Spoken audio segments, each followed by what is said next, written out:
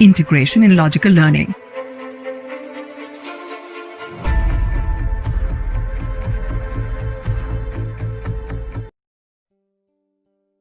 The Cold Within by James Patrick Kinney, discussed by Anindita Sarkar. James Patrick Kinney was an American poet born on March 16, 1923 in Cincinnati, Ohio, USA. Kinney came from a poor Irish family and dropped out from school in 10th grade in order to take care of his mother's health. He was discriminated against because of his poor financial status. Discrimination based on color, class, and religion is the main theme of this poem, The Cold Within. Introduction. The Cold Within has been written in 1960s. Although it was rejected as being too controversial, it gained popularity rapidly after it had been read out at a council meeting of all religions.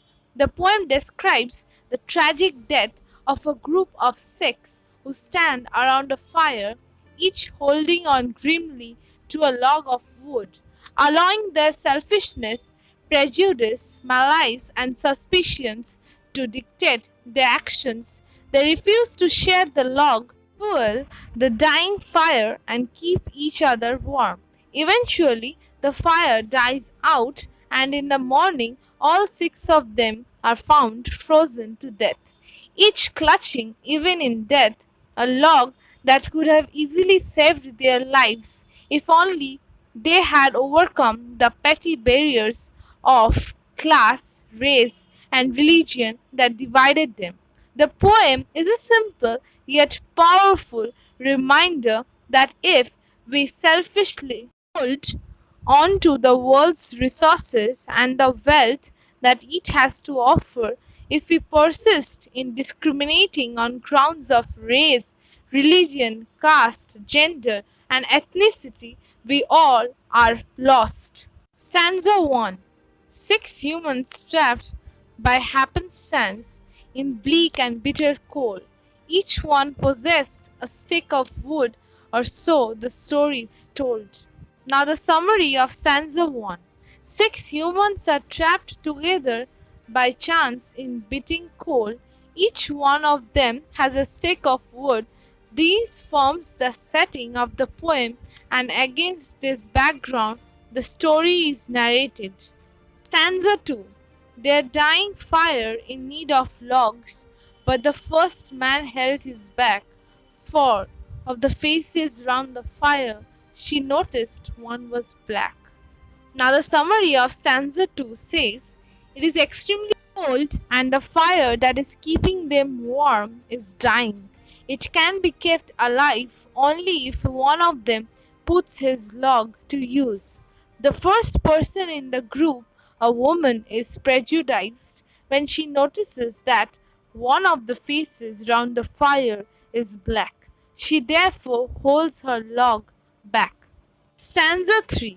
The next man looking crossed the way, say one not of his church, and could not bring himself to give the fire his stick of birch.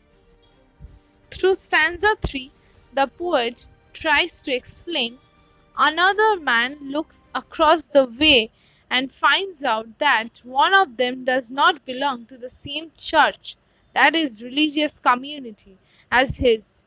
This fact stops him from using his stick in the fire. Stanza 4. The third one sat in tattered clothes. He gave his coat a hitch. Why should his log be put to use? To warm the idle rich? Summary of stanza 4. The third one is a poor man who sits in tattered clothes. To protect himself from the freezing cold, he gives his coat a hitch.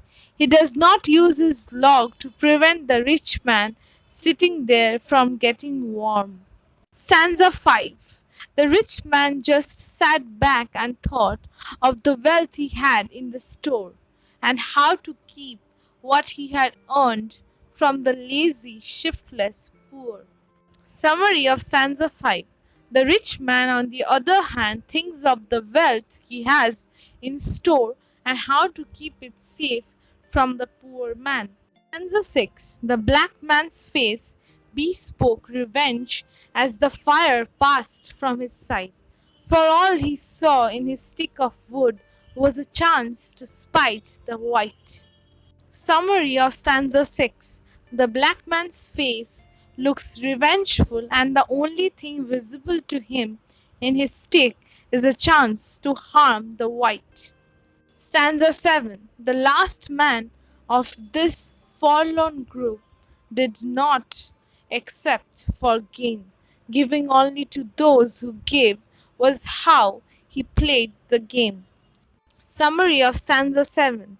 The last man of this lonely group does nothing except something for his benefit. What rules him is selfishness. He gives only to those who give him something in return.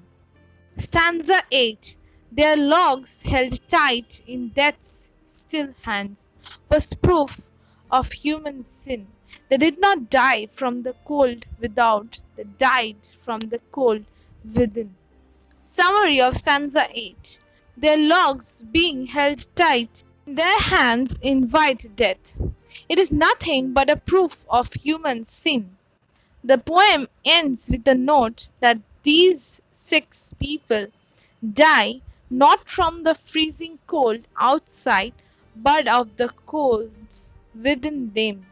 Some poetic devices used in this poem: alliteration. It is the close repetition of consonant sounds at the beginning of words to facilitate narration, as in bleak and bitter cold, four of the faces round the fire.